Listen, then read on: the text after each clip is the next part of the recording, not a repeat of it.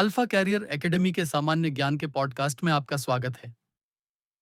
आज हम जानकारी लेंगे तारों की जीवन चक्र की। शुरू करते हैं परिचय। आज हम तारों की जीवन यात्रा के बारे में बात करने जा रहे हैं। तारे ब्रह्मांड के सबसे आकर्षक और महत्वपूर्ण पिंड हैं। हर रात जब हम आसमान की तरफ देखते हैं तो हजारों तारे चमकते दिखाई देते हैं। लेकिन क्या आप जानते हैं कि ये तारे भी हमारी तरह जन्म लेते हैं, जीवन जीते हैं और अंत में मर जाते हैं? आइए समझते हैं कि ये पूरी प्रक्रिया कैसे होती है। तारों का जन्म, नेब्यूला से शुरुआत।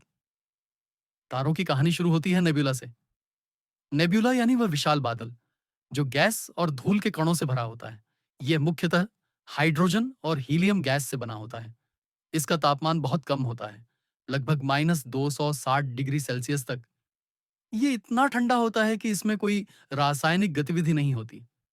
अब सवाल यह है कि इस शांत और ठंडे बादल से तारा कैसे बनता है? इसका जवाब है गुरुत्वाकर्षण। धीरे धीरे गुरुत्वाकर्षण बल की वजह से नेब्यूला के कण एक दूसरे की तरफ खींचने लगते हैं। यह प्रक्रिया लाखों साल तक चलती रहती है। जैसे जैसे कण पास आते जाते हैं, केंद्र में पदार्थ का घनत्व बढ़ता जाता है और तापमान भी बढ़ने लगता है। जब यह तापमान 1 करोड़ डिग्री केल्विन तक पहुंच जाता है, तब नाभिकीय संलयन की शुरुआत होती है। हाइड्रोजन के परमाणु आपस में मिलकर हीलियम बनाने लगते हैं और इस प्रक्रिया में भारी मात्रा में ऊर्जा निकलती है। बस यहीं से एक नया तारा जन्म लेता है। मुख्य अनुक्रम काल। तारे की जवानी, तारे के जीवन का सबसे लंबा हिस्सा होता है मुख्य अनुक्रम काल। इस दौरान तारे के अंदर लगातार हाइड्रोजन से हीलियम बनने की प्रक्रिया चलती रहती है। यह एक बहुत ही संतुलित अवस्था होती है। एक तरफ गुरुत्वाकर्षण बल तारे को अंदर की तरफ दबाने की कोशिश करता है, वहीं दूसरी तरफ नाभिकीय संलयन से निकलने वाली ऊर्जा इसे बाहर की तरफ फैलाने की कोशिश करती है। हमारा सूर्य भी इसी मुख्य अनुक्रम काल में है। ये अब तक 4.5 अरब साल से इसी तरह चमकता आ रहा है और अभी भी लगभग 5 अरब साल तक ऐसे ही चमकता रहेगा। हर सेकंड में सूर्य 60 करोड़ टन हाइड्रोजन को हीलियम में बदलता है। ये आंकड़ा सुनने में बहुत बड़ा लगता है, लेकिन सूर्य इतना विशाल है कि इसके लिए यह कुछ भी नहीं है। तारे का जीवन काल इसके द्रव्यमान पर निर्भर करता है। यह बात थोड़ी अजीब लगती है क्योंकि आमतौर पर हम सोचते हैं कि बड़ी चीजें ज्यादा देर तक चलती हैं, लेकिन तारों के साथ इसका उल्टा होता है। जितना भारी तारा होता है, उतनी ही तेजी से वह अपना ईंधन जलाता है।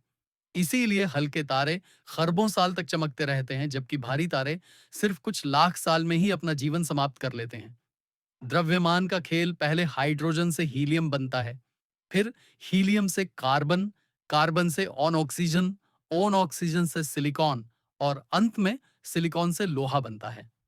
लोहा तक पहुंचने के बाद समस्या शुरू होती है क्योंकि लोहे से आगे कोई नाभिकीय संलयन नहीं हो सकता। जैसे ही नाभिकीय संलयन रुकता है, गुरुत्वाकर्षण बल का विरोध करने वाली कोई शक्ति नहीं बचती। परिणाम स्वरूप पूरा तारा अचानक अपने अंदर की तरफ गिरने लगता है।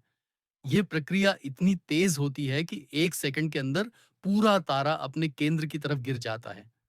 फिर यह इतनी जोर से टकराता है कि एक भयानक विस्फोट होता है जिसे सुपरनोवा कहते हैं। सुपरनोवा विस्फोट इतना तेज होता है कि यह अरबों सूर्य के बराबर चमकता है। यह विस्फोट इतना शक्तिशाली होता है कि इससे लोहे से भी भारी तत्व बनते हैं, जैसे सोना, चांदी, यूरेनियम इत्यादि। दरअसल हमारे शरीर में जो भी तत्व हैं, वे सब किसी न किसी तारे के अंदर बने हैं। इस एपिसोड का पार्ट 2 सुनना चाहते हैं तो इस पॉडकास्ट को लाइक करें और शेयर करें। जल्दी मिलते हैं पार्ट 2 के साथ। अल्फा कैरियर एकेडमी के पॉडकास्ट को सुनने और हमसे जुड़ने के लिए धन्यवाद।